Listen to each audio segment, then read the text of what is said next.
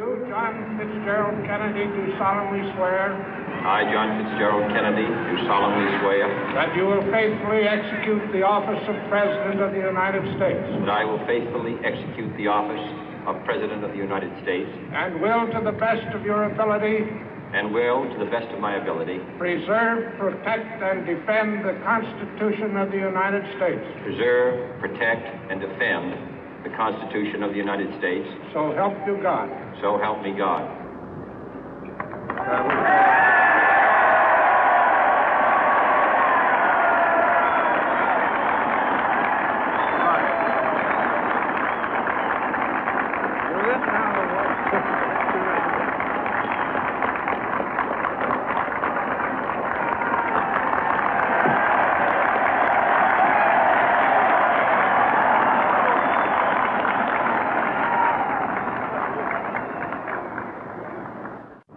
Vice President Johnson, Mr. Speaker, Mr. Chief Justice, President Eisenhower, Vice President Nixon, President Truman, Reverend clergy, fellow citizens.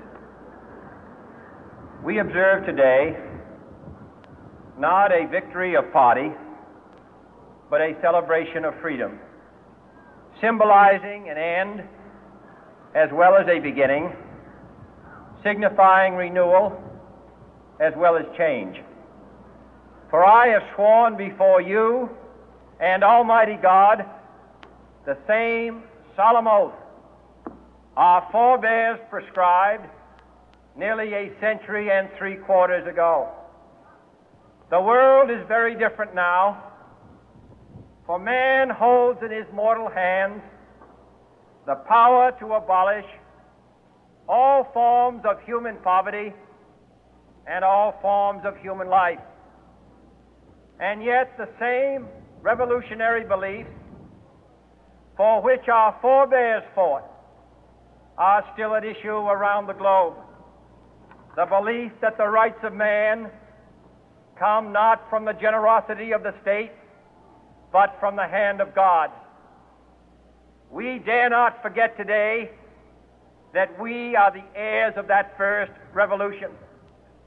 Let the word go forth from this time and place to friend and foe alike that the torch has been passed to a new generation of Americans born in this century, tempered by war, disciplined by a hard and bitter peace, proud of our ancient heritage, and unwilling to witness or permit the slow undoing of those human rights to which this nation has always been committed and to which we are committed today at home and around the world.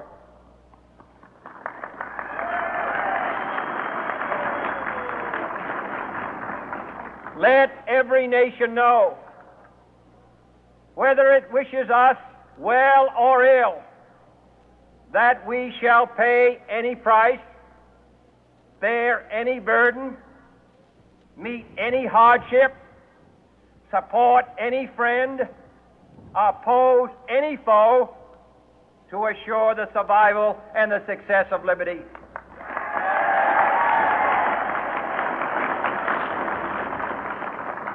This much we pledge and more. To those old allies whose cultural and spiritual origins we share, we pledge the loyalty of faithful friends. United, there is little we cannot do in a host of cooperative ventures. Divided, there is little we can do, for we dare not meet a powerful challenge at odds and split asunder.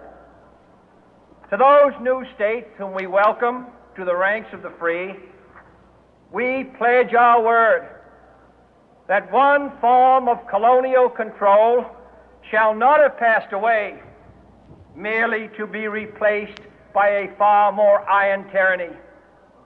We shall not always expect to find them supporting our view, but we shall always hope to find them strongly supporting their own freedom, and to remember that in the past, those who foolishly sought power by riding the back of the tiger ended up inside.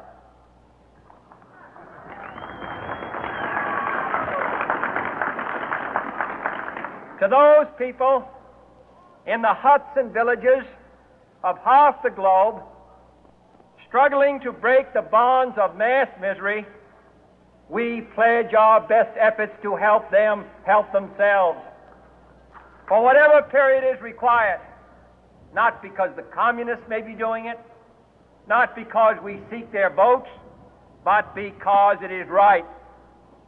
If a free society cannot help the many who are poor, it cannot save the few who are rich.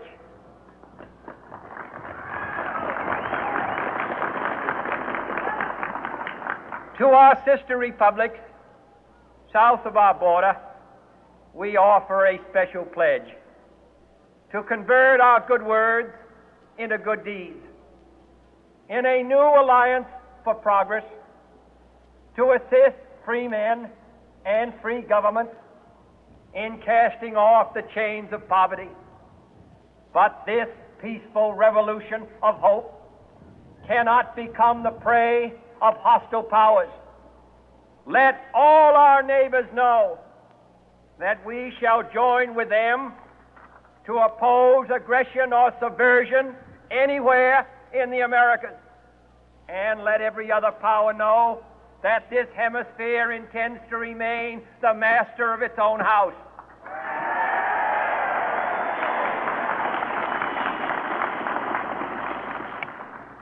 To that world assembly of sovereign states, the United Nations, our last best hope, in an age where the instruments of war have far outpaced the instruments of peace, we renew our pledge of support to prevent it from becoming merely a forum for invective, to strengthen its shield of the new and the weak, and to enlarge the area in which its writ may run.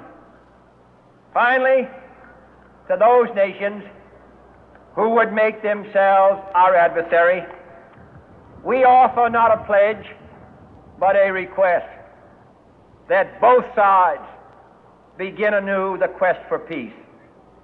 Before the dark powers of destruction, unleashed by science, engulf all humanity in planned or accidental self-destruction, we dare not tempt them with weakness, for only when our arms are sufficient beyond doubt can we be certain beyond doubt that they will never be employed. But neither can two great and powerful groups of nations take comfort from our present course, both sides overburdened by the cost of modern weapons, both rightly alarmed by the steady spread of the deadly atom, yet both racing to alter that uncertain balance of terror that stays the hand of mankind's final war. So let us begin anew, remembering on both sides that civility is not a sign of weakness, and sincerity is always subject to proof. Let us never negotiate out of fear, but let us never fear to negotiate.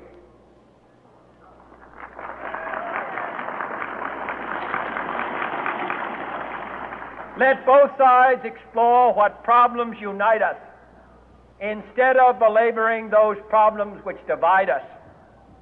Let both sides, for the first time, formulate serious and precise proposals for the inspection and control of arms, and bring the absolute power to destroy other nations under the absolute control of all nations.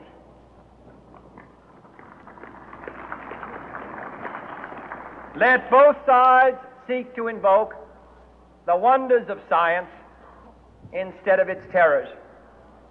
Together, let us explore the stars, conquer the deserts, eradicate disease, tap the ocean depth, and encourage the arts and commerce. Let both sides unite to heed in all corners of the earth the command of Isaiah to undo the heavy burden and let the oppressed go free.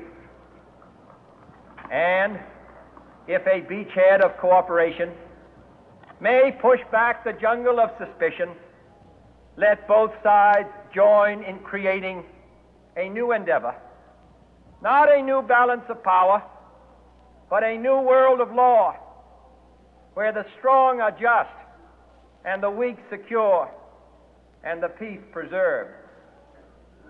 All this will not be finished in the first 100 days, nor will it be finished in the first 1,000 days, nor in the life of this administration, nor even perhaps in our lifetime on this planet. But let us begin.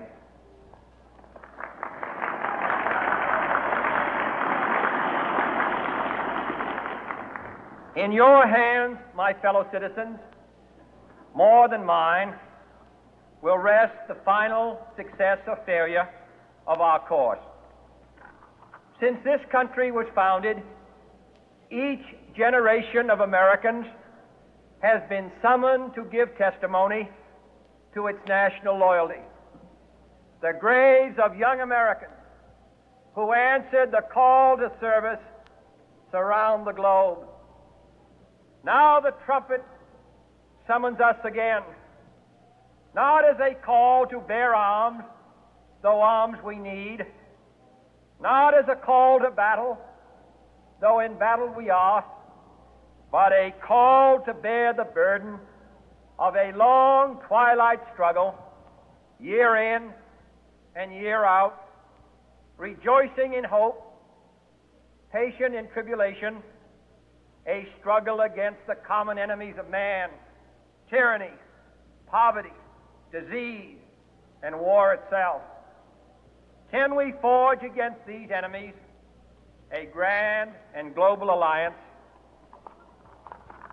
north and south, east and west, that can assure a more fruitful life for all mankind? Will you join in that historic effort?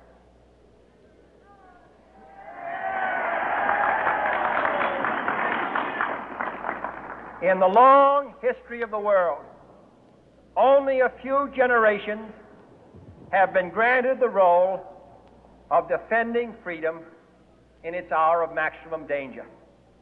I do not shrink from this responsibility. I welcome it.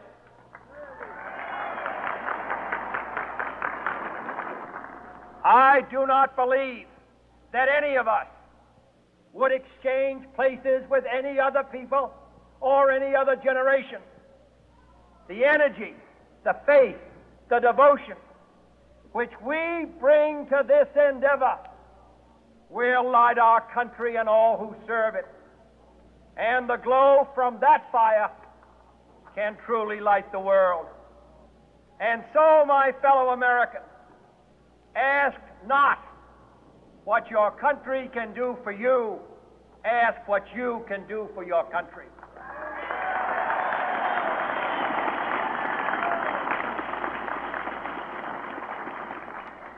My fellow citizens of the world, ask not what America will do for you, but what together we can do for the freedom of man.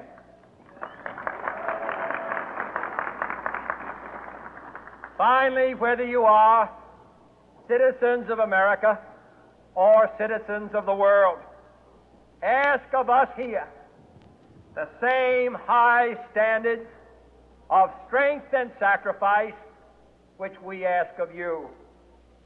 With a good conscience, our only sure reward, with history the final judge of our deeds, let us go forth to lead the land we love, asking His blessing and His